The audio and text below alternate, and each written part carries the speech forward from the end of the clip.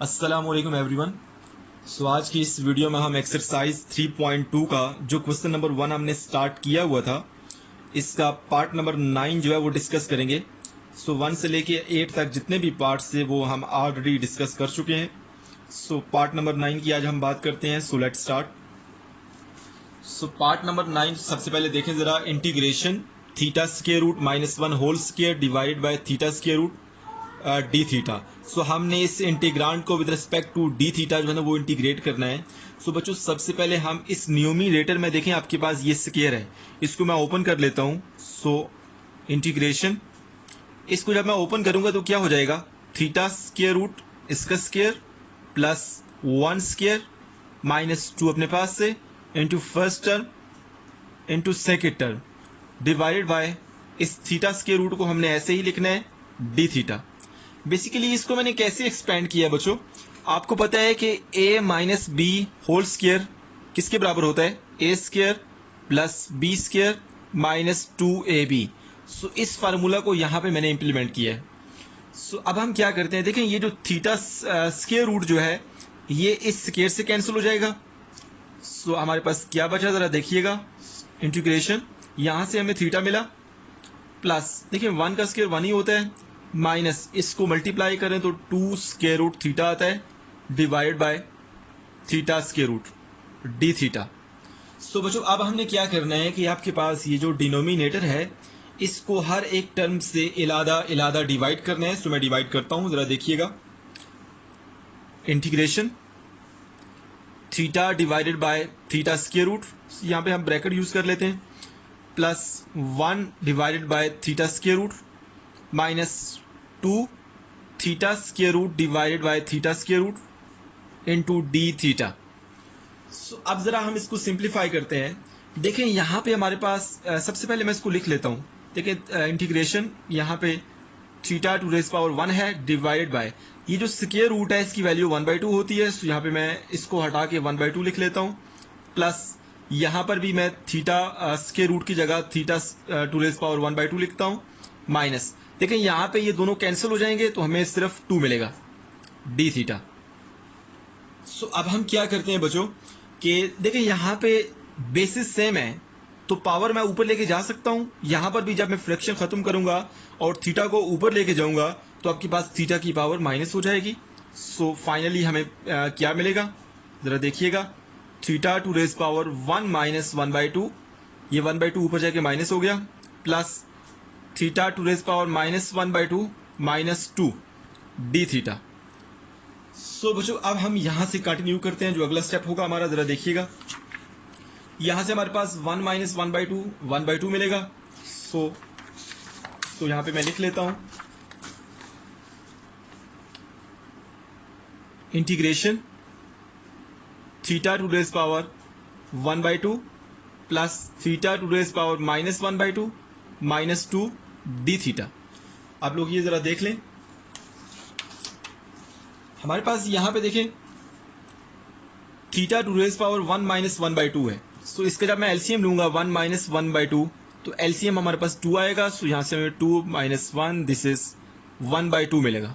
सो इस वजह से यहां पर मैंने थीटा टू रेज पावर 1/2 लिखा है सबसे पहले। सो अब मैं क्या करता हूं कि इस इंटीग्रल को हर एक टर्म पे इलादा अप्लाई करता हूं। सो जब मैं हर एक टर्म पे इलादा अप्लाई करूंगा तो क्या हो जाएगा जरा देखिएगा, integration theta to raise power 1/2 d theta plus integration theta to raise power -1/2 d theta minus integration 2 into d theta. So बच्चों हमने जो फार्मूला यूज करना है उसको यहाँ पे मैं लिख लेता हूँ। हमें पता है कि theta to raise power n हमारे पास जो होता है विद रिस्पेक्ट टू, अगर हम थीटा इसको इंटीग्रेट करें तो ये किसके बराबर होता है, theta to raise power n+1 divided by n+1 plus c, that is constant of integration. तो यहाँ पे x होगा तो विद रिस्पेक्ट टू dx होगा, यहाँ पे भी x आ जाएगा फिर।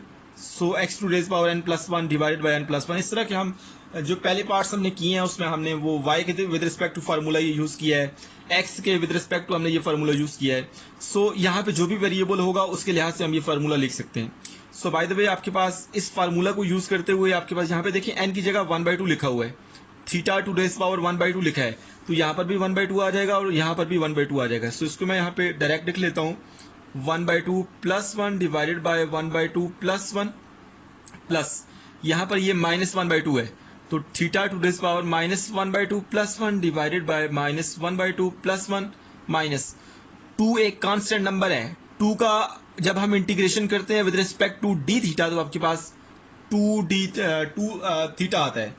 सो plus C that is constant of integration. So यहाँ से मैं आपके पास ये जो इस कैल्शियम लेता हूँ तो क्या हो जाएगा, theta to raise power 3/2 divided by 3/2 plus यहाँ पर इस कैल्शियम लें तो हमारे पास क्या मिलेगा, 1/2 डिवाइडेड बाय यहाँ पर भी 1/2 minus 2 theta plus C. So आपके पास ये जो 2 है ऊपर जाके मल्टीप्लाई होगा, सिमिलरली ये भी 2 ऊपर जाके मल्टीप्लाई हो जाएगा तो आपके पास क्या हो जाएगा, 2/3 theta to raise power 3/2 plus 2 into theta to raise power 1/2 minus 2 theta plus C.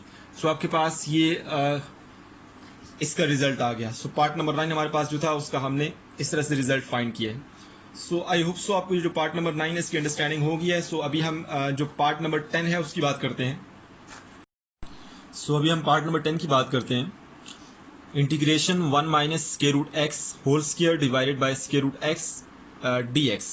So आपके पास जो पार्ट नंबर 9 था उसमें हमने थीटा को यूज़ किया था और यहाँ पे एक्स यूज़ हो रहा है। पार्ट नंबर 9 और पार्ट नंबर 10 जो है वो एक दूसरे से मिलते जुलते हैं। सो बाय द वे हम इसको शार्ट कर लेते हैं, इसको भी पार्ट नंबर 10 को भी। सो सबसे पहले हमने क्या किया कि न्यूमरेटर में जो स्क्वायर है उसको मैंने ओपन किया। देखिए 1 का स्क्वायर 1 ही होता है, प्लस स्क्वायर रूट एक्स का स्क्वायर लेंगे तो एक्स बचेगा, माइनस 2 एक्स स्क्वायर रूट, ये मैंने a minus b whole square वाला फार्मूला यूज किया और उसको एक्सपेंड किया है, divided by square root x d x. So बच्चों अब मैं स्क्वायर रूट एक्स को हर एक टर्म से इलादा डिवाइड करूंगा। सो मैंने डिवाइड किया, जरा देखिएगा। सो यहाँ से मैं 1 बाय स्क्वायर रूट एक्स मिला और उसको मैं 1/2 लिख लेता हूँ, plus x by x square root या उसको एक्स की पावर 1/2 लिख लें, माइनस यहाँ से 2 मिलेगा क्योंकि ये दोनों कैंसिल हो जाएंगे, डी एक्स।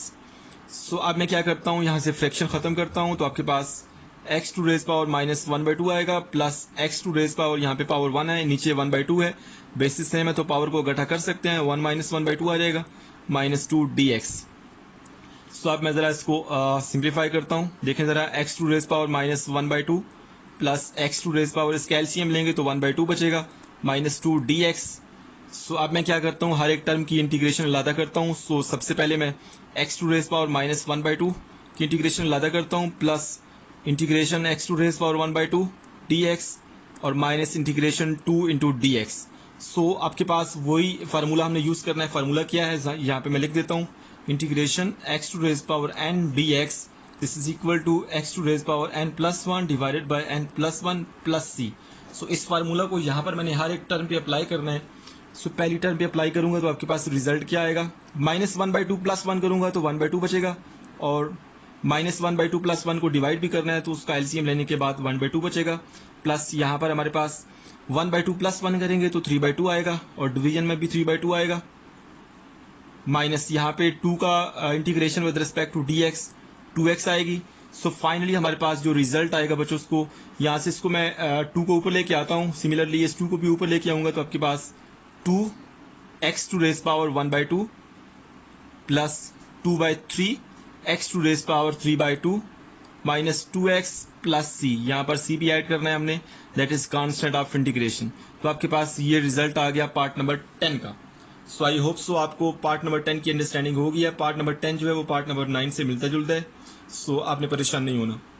सो आपकी बुक पे मे भी आंसर जो है ना वो किसी और फॉर्म में लिखा हो, मतलब ये एक्स टू रेज पावर 1/2 है तो ये हो सकता है कि ये ऐसे लिखा हो, एक्स के रूट, ये ऐसे भी लिखा हो सकता है। सिमिलरली ये एक्स टू रेज पावर 3/2 है तो मे भी ये ऐसे लिखा हो, x into x to raise power 1/2। So आपने परेशान नहीं होना, ये भी आपका आंसर सही है। सो अभी हम पार्ट नंबर जो 11 है, क्वेश्चन नंबर 1 का आखिरी पार्ट, उसको हम डिस्कस करते हैं। Part number 11, integration e to raise power 2x plus e to raise power x divided by e to raise power x dx। So बच्चों सबसे पहले हमने क्या करना है कि ये जो डिनोमिनेटर में e to raise power x है इसको हर एक टर्म से इलादा डिवाइड करते हैं। So e to raise power 2x divided by e to raise power x, यहाँ पे हम ब्रैकेट यूज कर लेते हैं, plus e to raise power x divided by e to raise power x dx। So यहाँ से देखें e to raise power x e to raise power x से कैंसिल हो जाएगा। सो यहाँ पे देखें दोनों की जो बेसिस है वो e है, एक्सपोनेंशियल फंक्शन है। सो आपके पास इस x को जब मैं ऊपर लेके जाऊंगा तो ये माइनस हो जाएगा 2x माइनस एक्स, क्योंकि बेसिस सेम है तो हम पावर को इकट्ठा कर सकते हैं, प्लस ये दोनों कैंसिल हो गए तो 1 बचा dx। अब हम हर एक टर्म की इंटीग्रेशन अलादा करते हैं, यहाँ से 2x माइनस एक्स हमें x मिलेगा, so e to raise power x dx plus integration 1 into dx। So जहां पे हमने बहुत से फार्मूले और पढ़े हैं इंटीग्रेशन के, एक फार्मूला ये भी होता है कि जब भी आप किसी एक्सपोनेंशियल फंक्शन की इंटीग्रेशन करते हैं, एक बार तो जो भी एक्सपोनेंशियल फंक्शन यहाँ पे होगा, x हो या 10x हो, कुछ भी हो, उसको हमने ऐसे ही लिखना है, और अगेन जो पावर का डेरिवेटिव होगा उसको हमने डिवाइड करना है।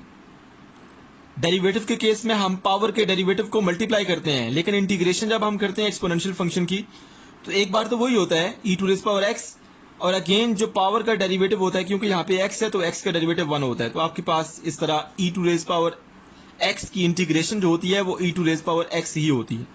सो यहाँ पे मैं लिख लेता हूँ e to raise power x plus 1 की integration with respect to dx, हमारे पास x आएगी, plus c, that is constant of integration. I hope so आपको पार्ट नंबर 9, पार्ट नंबर 10 और पार्ट नंबर 11 की अंडरस्टैंडिंग होगी है। मेरी जो अगली वीडियोस होंगी उसमें हम एक्सरसाइज 3.2 के जो रिमेनिंग क्वेश्चंस एंड पार्ट्स हैं उनको हम डिस्कस करेंगे। Thank you so much for watching my video.